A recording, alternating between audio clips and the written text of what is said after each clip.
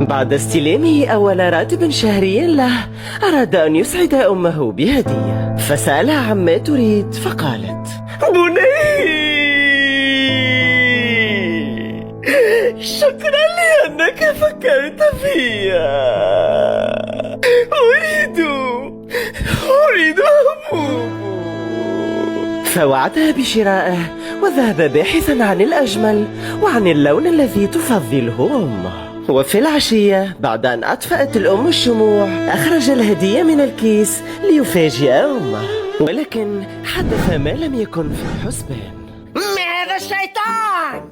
أين الهدية التي وعدتني بها؟ ولكنك طلبت اللبوبو. اللهبوب ماذا؟ لقد طلبت منك الزهبوب. كيف؟ سمعتك قلت لبوبو. وهي كلمة. يلا بسرعة إلى محل المجوهرات، وإلا فلن تعود إلى البيت مجددا. اللبوب وين؟